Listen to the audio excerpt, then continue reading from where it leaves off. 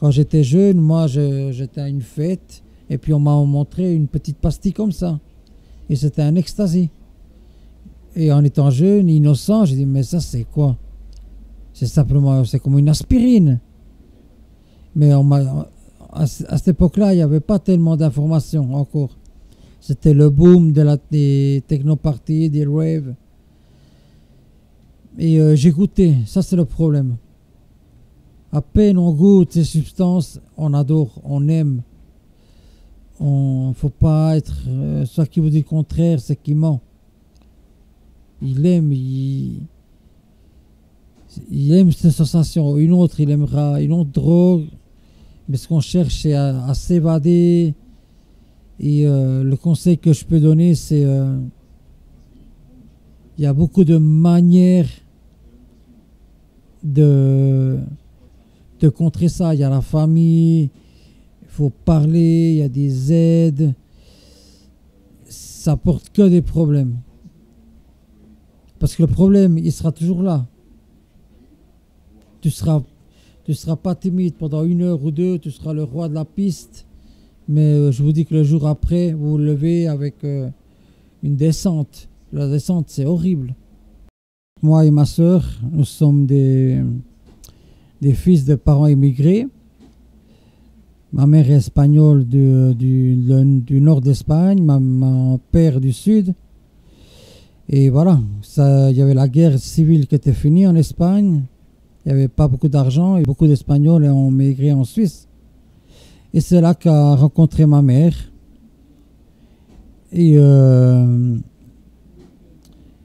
d'abord ma sœur qui est née. Après, je suis été le petit deuxième. Mais voilà, il nous manquait de rien, ça c'est vrai. On avait de tout. Ils se sont toujours bagarrés pour qu'on ait le meilleur. Mais voilà, ce qui nous manquait, c'était vraiment aussi leur présence. Parce que des fois, on était dans des garderies.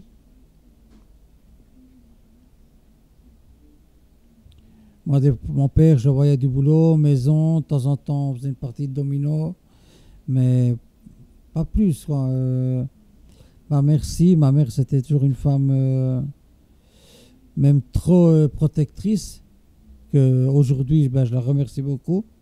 Parce que beaucoup de fois, elle m'a sauvé la vie. Et oui, c'est un exemple pour moi. C'est un exemple que là, on peut dire que c'est les parents qui ont bataillé pour leurs enfants, pour qu'ils aient un avenir meilleur. Et mais bon, on allait toujours en vacances. Ils essaient de toujours faire Ils ont toujours voulu que nous, on se sente bien en Suisse. Comme tout le monde, quoi. Qu'on ait nos vélomoteurs, qu'on ait nos habits. Oui, ça faisait beaucoup de sacrifices, même si des fois l'ambiance à la maison n'était pas trop bonne. Et après, voilà, j'habitais dans un quartier à la gare, à Moutier. Et j'ai commencé à fréquenter, avoir des amis qui habitaient tous dans le même quartier. Des étaient bons, des étaient moins bons. Et quand on est... Ouais, non, je veux pas parler des autres, mais bon, voilà, j'étais toujours un peu curieux des choses. Je vais pas mentir, j'ai essayé de les joindre, mais ça m'a pas plu. L'alcool, ça m'a jamais plu. Je suis une personne qui aime pas la bière, qui aime pas le vin. Mais le grand problème, c'est que j'ai essayé la héroïne. Et ça, j'ai aimé. Ça a été mon grand problème. Alors, qu'est-ce qui s'est passé? C'est que à l'époque, en Suisse, c'était difficile de trouver de l'aide immédiate. Parce que des fois, les gens comme nous, on a besoin de l'aide tout de suite, pas dans 2-3 mois. Alors, la Suisse s'est un peu préparée à tout ça. Ils ont facilité comment c'est avant, la méthadone, tu pouvais l'avoir assez facilement, assez vite, sans contrôler, sans avoir un contrôle derrière. Et j'ai commencé à prendre la méthadone, tout ça.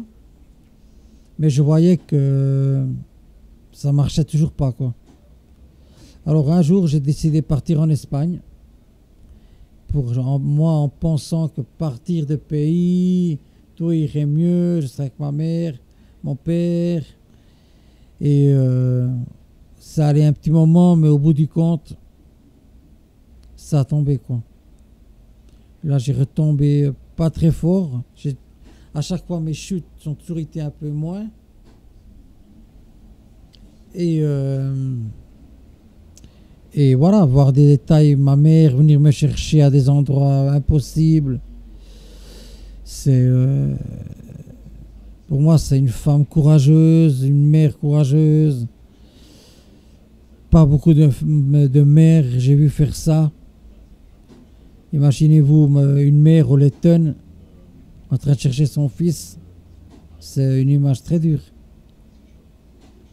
Et après, quand elle est tombée malade, j'y ai fait la promesse, bien sûr, j'ai fait la promesse d'arrêter tout. Mais il y a eu un moment donné, c'est pas que j'ai rechuté, mais j'ai pris 2 fois un médicament, j'avais besoin de dormir, quoi, d'oublier. Mais c'était pas ça la solution non plus, quoi. C'est pas ça qu'elle veut, ma mère, pour moi. Et après, pour les gens comme nous, on a beaucoup d'endroits pour se guérir, quoi. La première des choses, c'est que la personne accepte, voilà, moi j'ai envie de m'en sortir. Ça, c'est le premier choix que la personne doit prendre, parce que c'est une lutte. Pour moi, c'est une lutte à vie. Et j'ai connu l'envol.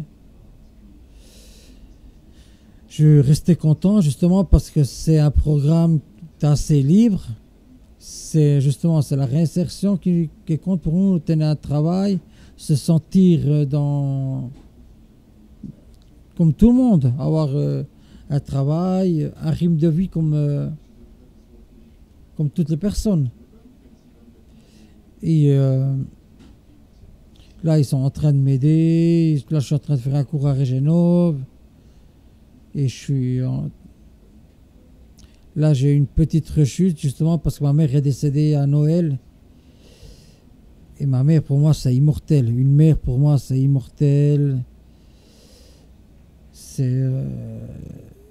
Je peux dire aussi que je suis avec elle jusqu'au dernier moment, parce qu'elle n'avait plus de force. Elle est morte d'un cancer. Et jusqu'au dernier moment, je suis été là avec elle, quoi. Et j'espère qu'avec mon témoignage, voilà, le cliché d'un toxicomane, vous le voyez, c'est pas toujours un barbu, un qui est mal rasé, ou un qui a une bière dans la main, ou qui pue, ou qui est tout mal habillé. Il y a beaucoup de toxicomanes qui sont des gens normaux, qui travaillent, mais qui ont ce problème-là.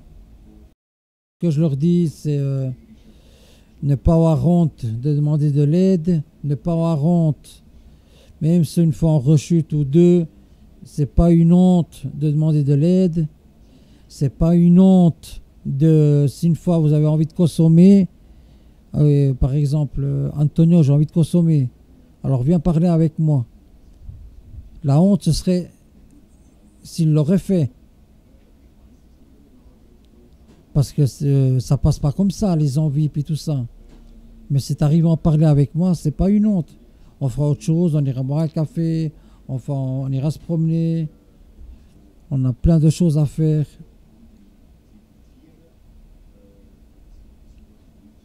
Et après, la force de volonté, pour moi, c'est le 90% d'une réussite. Et moi, je suis clair que ce sera une bataille pour toute la vie.